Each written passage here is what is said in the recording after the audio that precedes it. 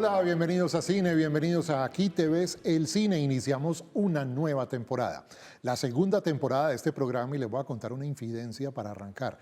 Resulta que hace un año estábamos haciendo este programa como antesala a los Oscar, y cuando pasaran los Oscar el programa pues ya iba a salir del aire, se iba a acabar.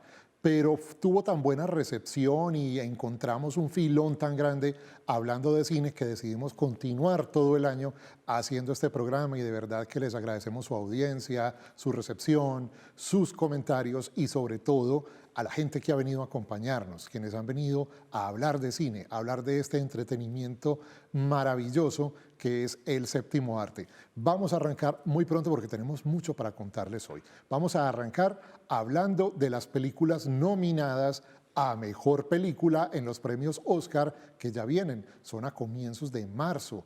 Entonces hay que empezar a arrancar de una vez para hablar de estas películas. Tengo como invitado al profesor, docente, crítico, que ya ha estado con nosotros también, a Andrés Murillo. Andrés, ¿cómo estás? Gracias por venir. Muchas gracias, Juan, por la invitación. Muy bien, hoy tenemos pues bastante variedad en películas. Este año, Andrés, los nominados están, digamos, como muy variados. Yo me acuerdo que antes eran 5 nominados a los Oscar y de ahí no pasan, ahora son 10. ¿Esto a qué se deberá? Es uno, la multiplicidad de formatos, narrativas, esto que está tratando de hacer Hollywood de atraer nuevos públicos. Si vemos, hay 2 películas que están nominadas a Mejor Película de habla no inglesa o extranjera y Mejor Película, cuando se supone que son los premios de la industria americana. Eso entonces, nunca se veía, ¿cierto? Sí, digamos que era muy raro ver La vida es bella, que era una película italiana, pero tenía una coproducción pequeña en Estados Unidos y la nominaban en ambos, y ganaba en ambos. Era raro. Hoy ya hace parte de esa conquista de nuevos públicos. Y lo otro, pues tener mayor número de títulos también hace mayor número de promoción, de, vamos a decir, las luces que necesitan las películas para que hagan taquilla, que sabemos que es una industria que está bastante golpeada. Ajá. Muy bien, vamos a arrancar de una vez con la película más nominada que yo recuerde en la historia de los premios Oscar. Empatará seguro con alguna, con Ben-Hur, pues con esas películas que Titanic, que nominaban tanto. 13 nominaciones tiene esta película que vamos a ver a continuación, sus avances. Se llama Emilia Pérez. Es una coproducción, creo que Francia, México, Estados Unidos está ahí metido también, sí, Canadá. Y Estados Unidos en pequeño. Es una producción multinacional. Está nominada también a Mejor Película de habla no inglesa, ¿no? Sí. Esta es Emilia Pérez.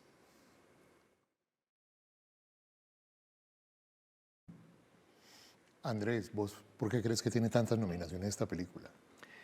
Esta película tiene una mezcla de lo políticamente correcto que atraviesa el mundo, en especial la industria de Hollywood, pues sobre todo al tener una actriz principal trans. Eso llama mucho la atención, eso se vuelve disruptivo. Desde Cannes del año pasado es una película que ha venido sonando fuertemente. Entonces esas voces van sumando como el buen gusto, la novedad y la oportunidad de como pegarse a la ola, por así decirlo. Sin embargo, resulta también una misma sorpresa, tantas nominaciones, al ser una película tan controversial. Esta película es de las típicas que ganan en Cannes, ¿cierto? Es una película disruptiva, sí. Es una película que tiene mezcla de estilos, se puede catalogar como musical. Esa es una de las primeras cosas por las cuales genera amores y odios, porque tiene elementos de musical, tiene elementos de comedia, de thriller, algo de acción, pero no es ninguno. Es decir, una multiplicidad de géneros que se podría decir, bueno, el director se arriesga precisamente a esa propuesta de multigénero, acercarnos por todas las vías y, no sé, a la final, amores y odios, para quienes gustan de ese popurrí, quienes realmente no se encuentran allí identificados. ¿Qué premios crees que pueda ganar? Para mí el de actriz principal es el que está más caliente precisamente por eso. Carla Sofía. Sí, que se lo lleve porque se ha metido en líos últimamente.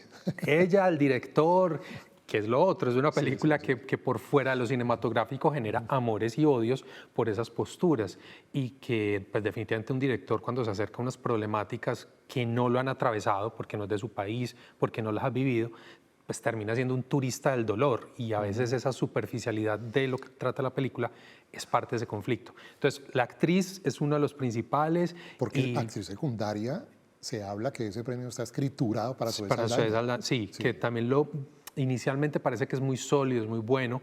Es que cuando empezamos a ver esos otros papeles que están ahí rondando, también hay otras actuaciones potentes, pero sí, también muy seguro el de Zoe Saldaña. Y quizás música, canción original, por ahí, Banda eso también sonora, ha pegado. sí. Sí, no creería ¿Y que crees que con fotografía. esos 3 salen de ellos?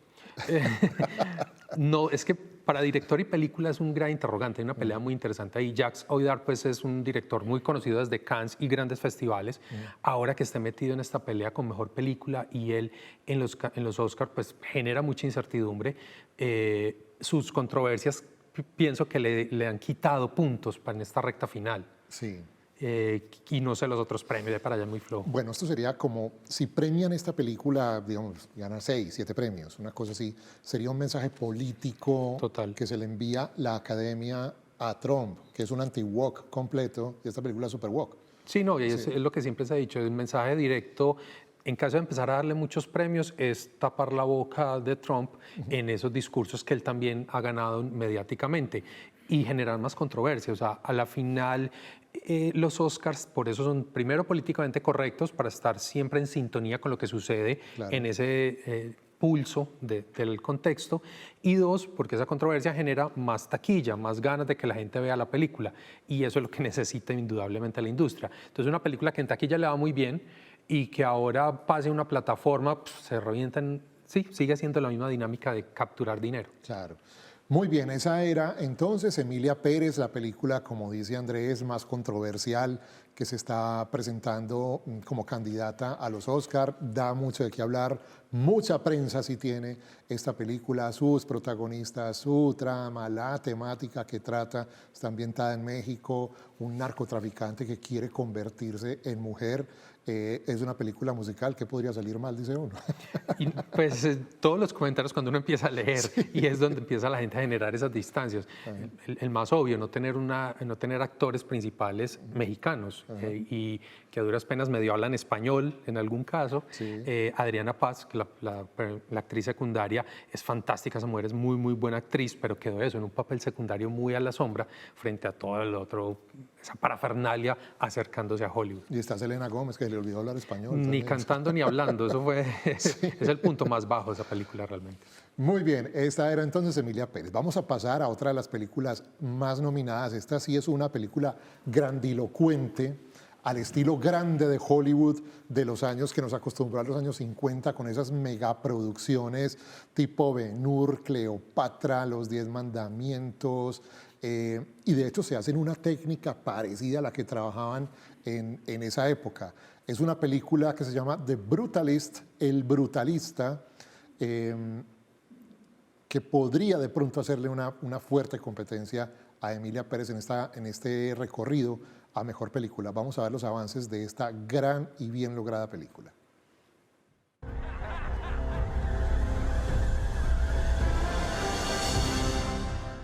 The Brutalist, una película de esas épicas de Hollywood, es una película de época, cuenta la vida de un inmigrante húngaro, un arquitecto que llega en la época de posguerra a los Estados Unidos a hacer su vida de inmigrante, película de inmigrante que podría pesar políticamente en la premiación, y es una película de esas de merecimiento, que uno dice, hombre, esta la metieron toda, pues, o sea, esto merece el Oscar. Pues una película de más de 3 horas y media, denle algo. Además tiene un metraje, un kilometraje, diría uno. Que incluso cuando decía esos referentes, se habla mucho también de esa, como lo hacían los alemanes, películas de 4 horas y media en adelante, tiene mucho ese componente.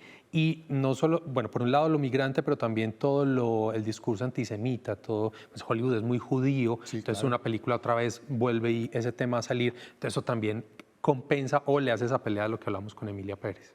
Bueno, Adrien Brody, un actorazo con todas sus letras, claramente. Sí, este papel es maravilloso. Yo pienso que este también es de los que está muy sellado que sea el Oscar para él, porque es ver el pianista con el que ya ganó en evolución y es ya un acento más marcado, ya no es una postura famélica triste, sino cierta rabia, frustración. Es decir, hay una apuesta como actor en una evolución y profundidad de personaje muy potente. ¿Por qué uno diría que Adrien Brody es un actor de sufrimiento?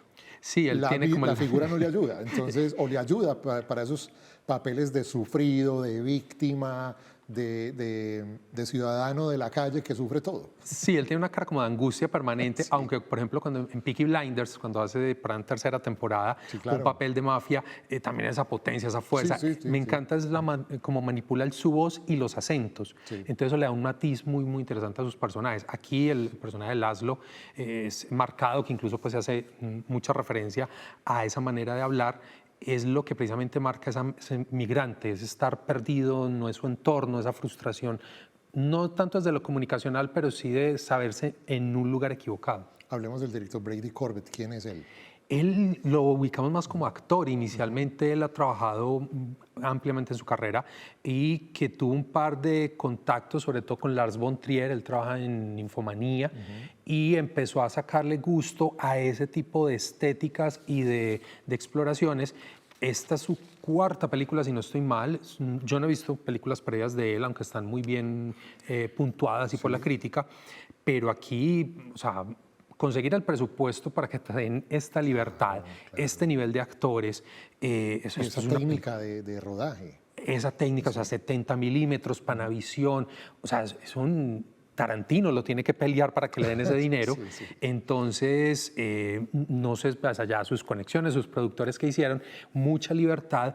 Y creo que eso hace parte de ese encanto de esta película, porque es volver a un cine tradicional, no tanto en lo dramatúrgico, en ese arco dramático o la puesta en escena, sino más esa concepción del cine en sus tiempos. Una película muy lenta, pero no aburridora.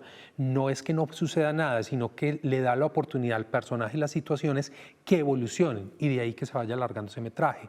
Entonces hay situaciones con las que uno se logra conectar profundo, pero porque estás viendo ese paso a paso, esa conexión, por ejemplo, la esposa aparece casi que en la segunda mitad de la película, él anhelando todo el tiempo poder verla. Entonces cuando se da esa conexión, tú ves todo el anhelo, la conexión y después el conflicto con ella a partir de lo que están viviendo. Es eso, se da mucho esos tiempos en la narrativa. The Brutalist, una película que le recomendamos, está actualmente en cartelera. Creo que Emilia Pérez también está en cartelera y seguramente estará mucho tiempo porque ha llamado mucho la atención. Le recomendamos para que vayan a verla porque el cine, se ve mejor el cine, sobre todo estas películas filmadas o rodadas en gran formato. Vamos a pasar a nuestra tercera invitada de esta noche, una película con un guión también bastante interesante y es el tema de la trata de personas. Está aquí en Anora, que es una película, bueno, no es rusa, es una película norteamericana, pero que trata el conflicto de unas personas de Rusia que viven en Estados Unidos, pasan, como les digo, por la trata de blancas, bailarinas en un cabaret, tiene algo de humor, bastante de humor mucho negro. De humor, mucho fantástico. De humor negro, las películas que me encantan a mí. Y los invitamos a verla, veamos los avances y enseguida regresamos para hablar con Andrés de por qué podría ganar esta película. Yo, did you pick up milk? Do you see milk in the fridge? No. Then I didn't pick up the fucking milk. Wonderful, thank you.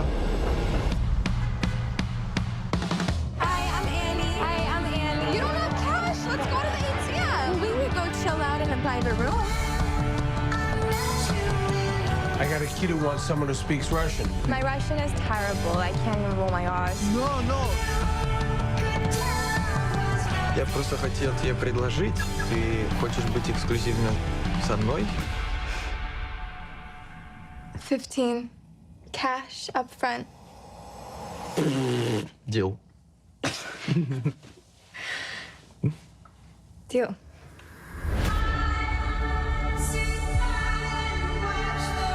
If I get married to an American, I wouldn't have to go back to Russia. Okay, so we should marry. And do you, Nora, take this handsome gentleman to New York? Да я был с ним 2 недели назад буквально. Он не жена. Well, you did tell them, right? Иванжан, открой дверь, пожалуйста. Надо разговор. Ваня, what the fuck? Ты женился на ней? Да. What the fuck is going on here? Они написали, что она проститутка, блядь.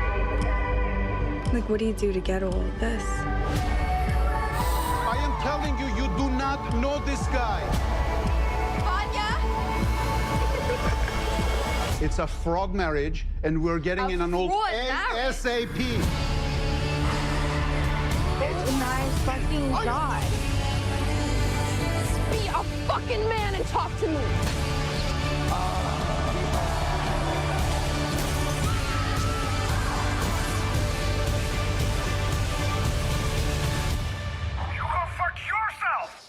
Me go fuck myself, me fuck myself, you go fuck yourself and your fucking mother, motherfucker. Bueno, esta es Anora de Sean Baker. Yo vi, Andrés, una película de este señor que me encantó, de Florida Project. Buenísima, que es también una película un poco sórdida, un poco que muestra cómo es el lado B norteamericano de la pobreza, de que no todo pues, son ríos de leche y miel como nos vende pues, la publicidad norteamericana.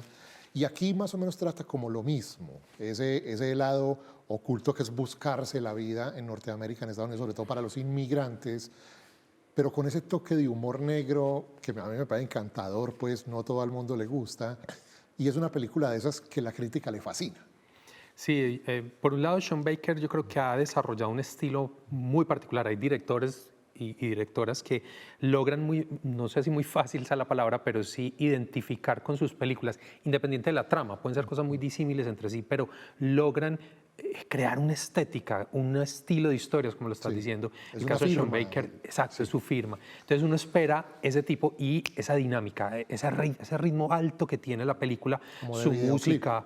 Exacto, como un videoclip, esa música fuerte, en este caso entonces ese ambiente ruso, cierta desinformación para el espectador, por ejemplo, todo el tiempo pensamos que es hijo de un mafioso ruso y al final eso toma un giro muy interesante hacia el final de la película.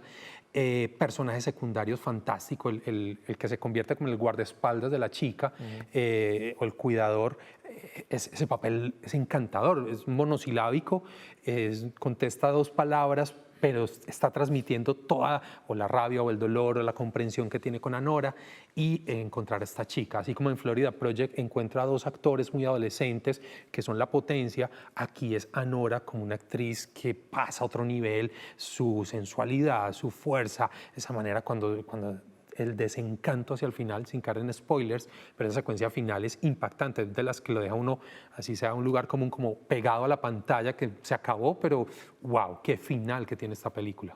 Eso es lo que me parece bueno de estas películas, que no, o sea, por más que uno siempre intenta descubrir el final antes de, uno siempre intenta ser más inteligente que el guionista.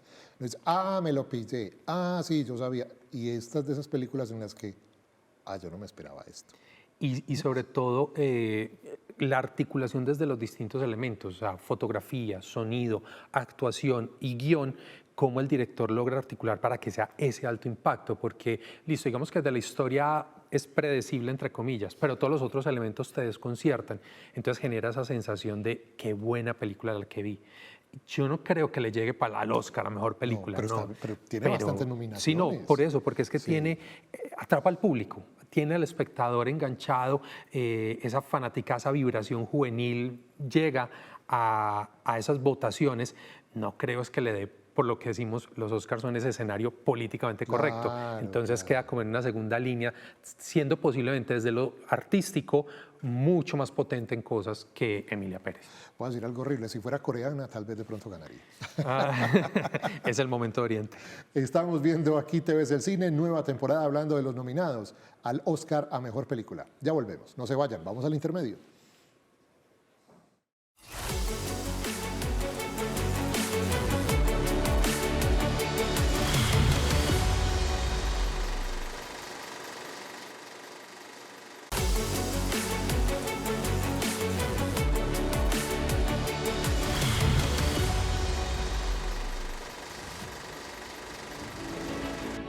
Estamos de regreso Aquí te ves el cine, esta noche debutando en 2025, hablando de los nominados a Mejor Película. 10 películas nominadas, les vamos a presentar 8 de las 10 por cuestiones de tiempo y porque queremos hablar bastante de estas películas. Ahora verá pues que las que no presentaron son las que ganan, pero bueno, eso podría pasar, pero vamos a hacer una apuesta fuerte porque alguna de estas 8 que les presentemos sea la ganadora. Vamos a hablar de una película que yo tengo mucha expectativa por ver. se me parece mucho de pronto a una cinta que me pareció buenísima que se llama Los dos papas, que fue hace unos 5 años más o menos que se presentó. Esta se llama Cónclave y como ustedes podrán pues concluir, el Papa muere y si nos acordamos bien cómo funciona esto, se reúnen los obispos representantes de cada país católico del mundo a elegir el nuevo Papa, el tema del humo blanco y todas las teorías de la conspiración que hay alrededor de esto. Ustedes saben que el tema de la Iglesia Católica, la elección de los papas, tiene muchas teorías, muchos misterios, muchos temas por aclarar y resolver, y aquí se aprovechan de esto para le meten intriga, suspenso, de pronto un crimen por ahí, en fin, y tiene sobre todo, Andrés, un gran reparto de actores esta película Cónclave. Vamos a ver los avances de Cónclave y cuando elijan el Papa volvamos.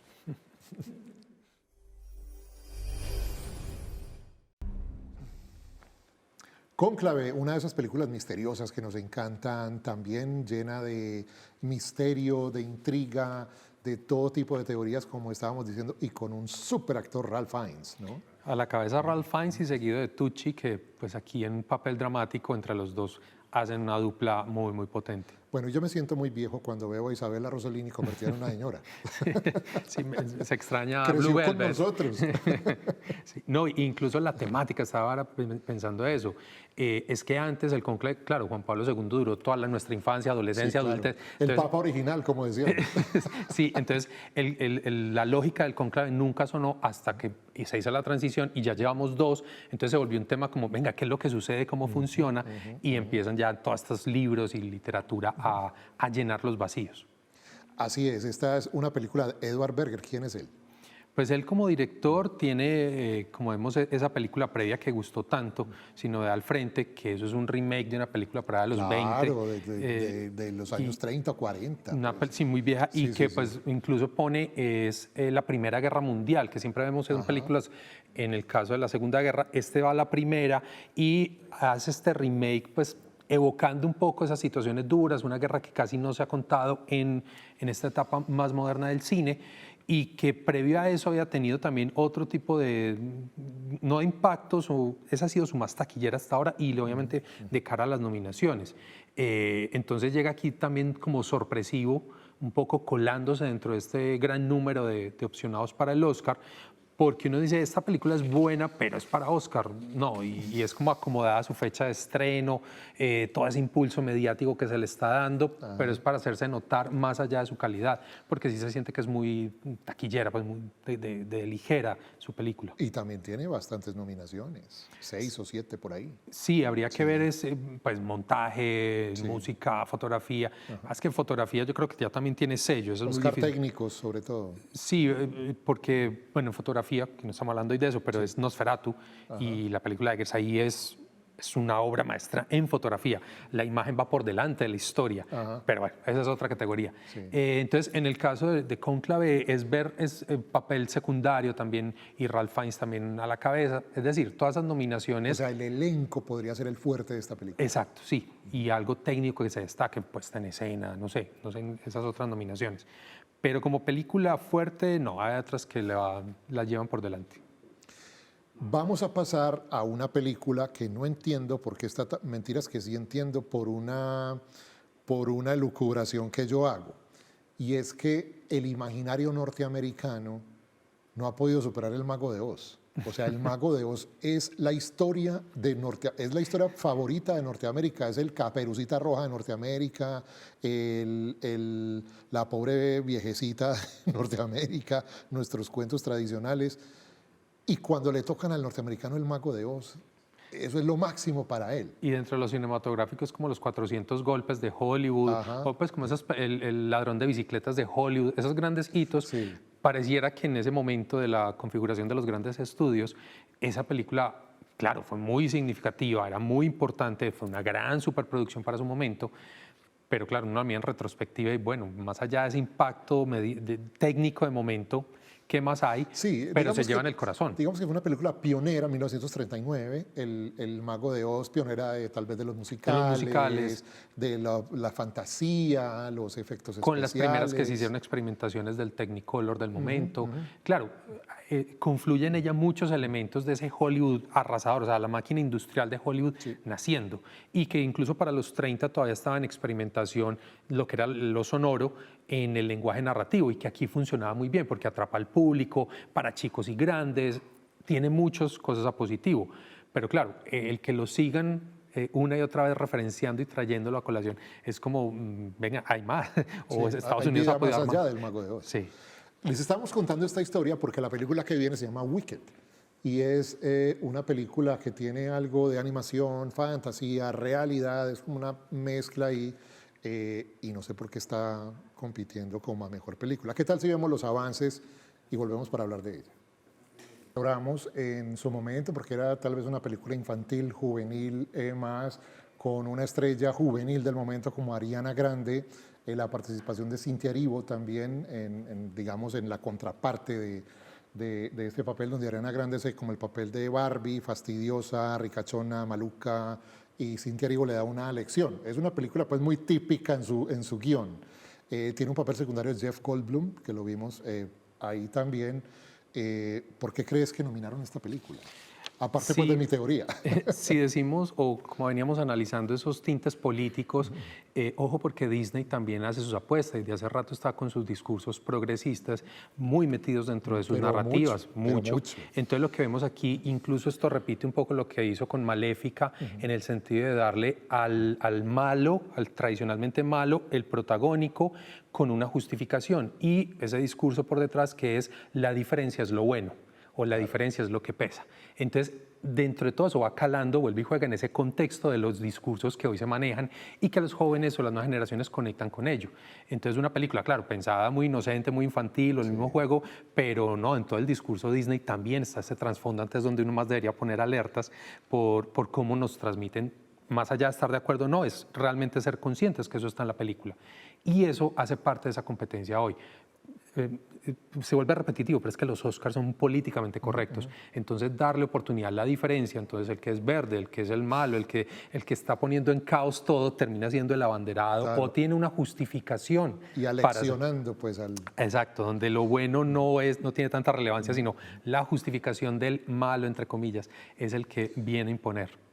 Muy bien, esta es Wicked, que tal vez sea una invitada, digamos, a la gala de los Oscars, pero no tiene de pronto mucho peso para ganar. Para la película, no creería, pues sería ya muy atrevido. No, aquí sí hay artísticamente mucho más peso e incluso mediático, en lo mediático, mucho más peso otras películas. Bueno, vamos a pasar a una película disruptiva, una película que yo cuando la fui a ver vi varias personas saliéndose del teatro porque no aguantaban la carga que tiene esta película. Es una película bastante controversial. A mí me encantó, me encantó.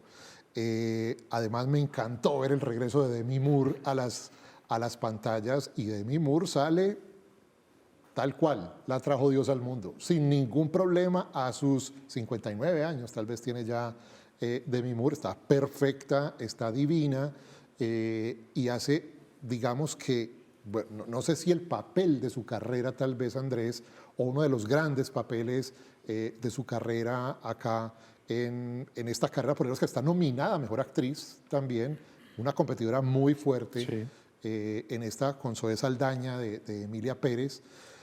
Ya les habíamos presentado 2 o 3 veces los avances de esta película en Aquí te ves el cine. ¿Qué tal si la recordamos? Es esta película que se llama La Sustancia.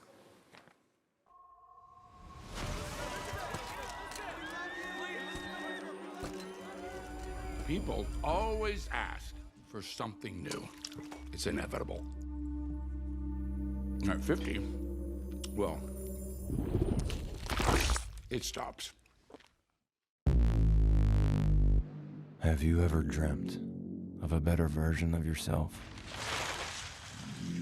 Younger, more beautiful, more perfect.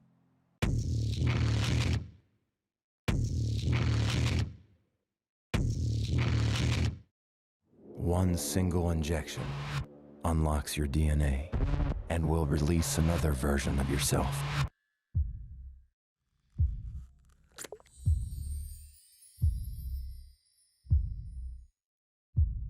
This is the substance. I'm Sue. Sue. Sue. Sue. You're hired. Let's go. A perfect balance of 7 days each. The one and only thing not to forget. You are one. You can't escape from yourself. There's been a slight misuse of the substance.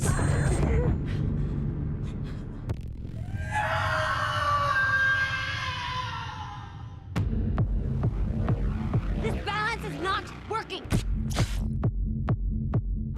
Would you like to stop? Would you like to stop? Would you like to stop? Would you like to stop?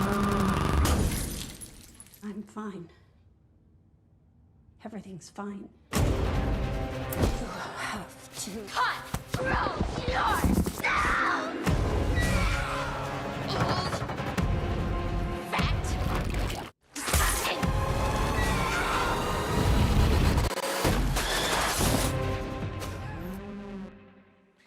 La Sustancia, una película bastante disruptiva, bastante explícita, además, un poco gore, diríamos, en el lenguaje cinematográfico. ¿Qué sensación te dejó esta película, Andrés? El body horror es donde la ubican. Body horror. Sí. Eso que mencionabas de que la gente se empezó a salir de las salas de cine, creo que es lo que jugó a favor. Es una película que fácilmente pudo haber pasado desapercibido de cartelera, claro. Pero ese voz a voz de que la gente sale escandalizada, no, yo quiero ir a verla. Sí. Y eso hizo ese boom. Y no fue aquí solo, eso fue en el mundo, el voz a voz. Es que te voy a decir una cosa, Andrés. La Sustancia creo que es la película que más tiempo permaneció en cartelera el año pasado en Colombia. Sí, por semana 6 y todavía salas llenas. Junto con Intensamente 2. Entonces, es muy interesante ese fenómeno. En lo personal, a mí me gustó mucho. Más allá de que me gusten este tipo de películas, tiene elementos muy potentes. Por ejemplo, tantos referentes cinematográficos. Claramente a David Cronenberg, tiene muchos referentes en lo escatológico. A ese tapete de Kubrick, sí, muchos. Pero hay muchos elementos cinéfilos interesantes. Las actuaciones, como decías, Demi Moore es muy potente, pero son ambas, o sea, las dos actrices dándose ese contrapunteo alrededor de un tema que me parece muy potente, el enfoque que tiene, que es la belleza y la no aceptación de tu evolución, de tu cuerpo envejeciendo, que eso parece que hoy es muy potente. La negación de la vejez. O envejecer con dignidad. Y que además dentro del contexto de Hollywood eso tiene un peso, porque si decimos hoy quién es una estrella de Hollywood, empezamos a sacar señores y señoras de 50 años en adelante. Y un Brad Pitt, un George Clooney, claro. Pero todos son...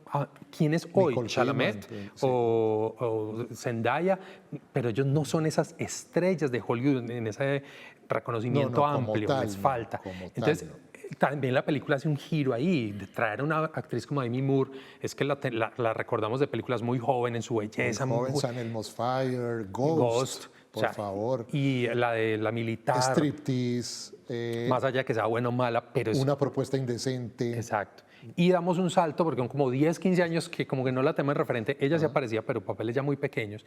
Damos este salto y viene con esta fuerza actoral, un papel dramáticamente muy potente en ese conflicto frente a la belleza y demostrando su cuerpo, porque hemos visto en los últimos años mujeres de esa edad desnudándose completo en pantalla. Nicole Kidman en esta última película. Y Nicole Kidman, Baby Girl, hace también esa misma apuesta. Y venga, o sea, este cuerpo y este cuento de lo estético, cómo nos reconocemos, hay un lenguaje muy potente. Entonces, esos, ya que el body horror y eso escatológico y esa columna y demás, esos son añadidos.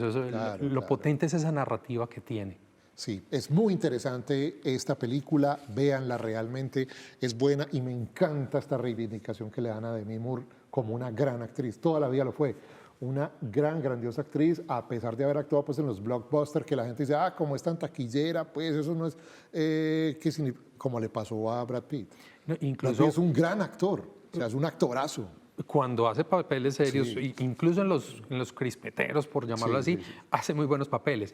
Y en La Sustancia, incluso Dennis Quaid, en ese papel secundario, también se saca una espinita. Ese gran angular encima del comiendo, ese personaje desagradable, Quaid, es buenísimo también. Buenísimo. Estamos viendo Aquí te ves el cine, nos quedan 2 películas para que hablemos de ellas. Ya volvemos después de este otro intermedio. Disfruten de nuestra confitería.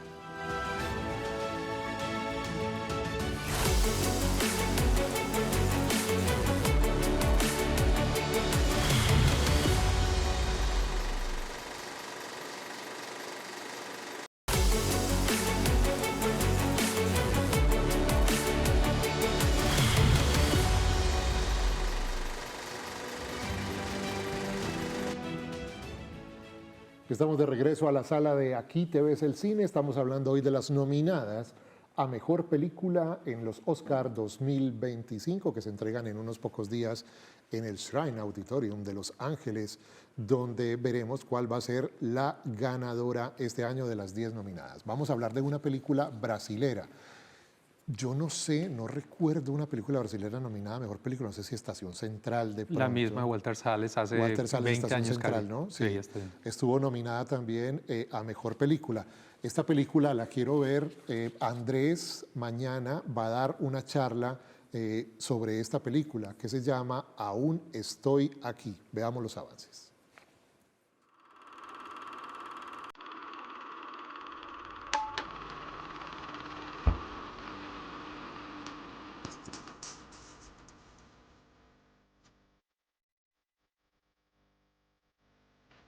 Vai ficar andando no carro daquele playboy, não? Ô pai, eu achava que playboy era quem ficava bebendo uísque, fumando charuto o dia inteiro.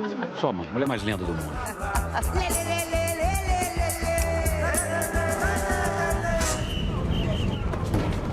Seus documentos. Anda, anda! Daqui a pouco passa.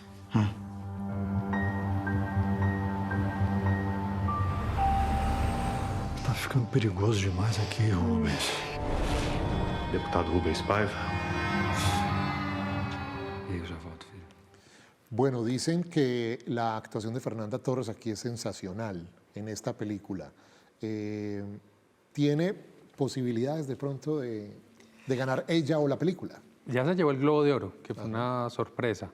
Si me lo preguntas desde lo artístico, sí, o sea, pero grandes posibilidades, porque es un papel bellísimo, sumamente bien dado, entendiendo con quién está compitiendo. Ya en lo mediático y todo el otro peso, ahí es donde, claro, va a pasar a un segundo plano.